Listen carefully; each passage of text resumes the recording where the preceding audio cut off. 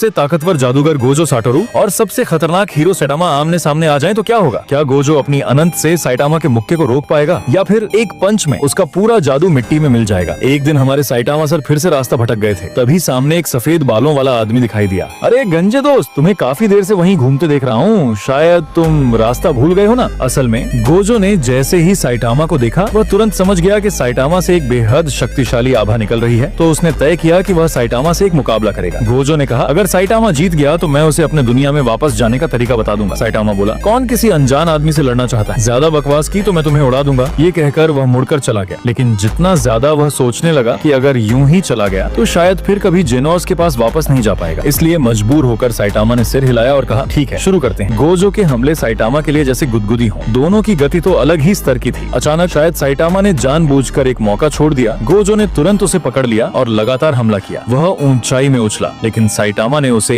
एक ही मुक्के से पलटवार किया। गोजो ने खुद को संभालते हुए साइटामा पर हवा में रहते हुए लगातार प्रहार किया। साइटामा जमीन पर गोले की तरह जा गिरा। अब बात गंभीर हो गई थी। गोजो ने खेल खेल में लड़ने वाला रवैया छोड़ दिया और अपनी आंखों का पट्टा खोल दिया। अब असली लड़ाई शुरू हुई। गोजो ने आते ही अपना श्राप तंत्र जुजुत्सु इस्तेमाल किया, लेकिन साइटामा को इस तरह का जादुई हमला समझ नहीं आया। फिर भी उसने सीधा उसे झेल लिया। अब गोजो पूरी तरह सावधान हो गया। ये प्रतिद्वंद्वी अब तक के किसी से भी अलग था। उसने दोबारा श्राप तंत्र से हमला किया, लेकिन साइटामा ने अपनी शारीरिक ताकत से ही उसे तोड़ दिया। इस बार गोजो का शरीर अब और नहीं झेल पाया। साइटामा की ताकत बेहद विस्फोटक थी, जिससे गोजो पूरी तरह हार मानने की स्थिति में आ गया। कभी सोचा है, अगर दुनिया का